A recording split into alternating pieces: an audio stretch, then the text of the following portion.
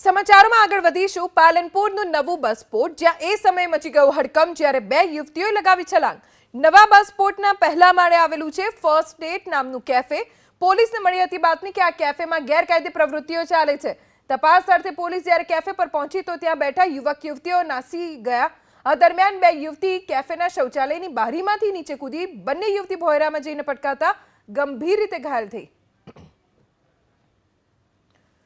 બંને યુવતીને સારવાર અર્થે પાલનપુરની સિવિલ હોસ્પિટલમાં ખસેડાઈ છે પોલીસ પણ ચોંકી ઉઠી આ ઘટનાને લઈને પોલીસ જ્યારે ભોયરામાં પહોંચી તો લાગ જોઈ કેફેમાં હાજર અન્ય યુવક યુવતી ભાગી ગયા ફર્સ્ટ ડેટ નામનો કાફે છે એમાં પડદા રાખી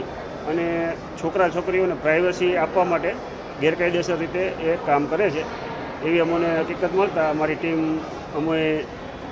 રેડ કરવા માટે મોકલેલ ત્યારે બે છોકરીઓ પોલીસના ડરથી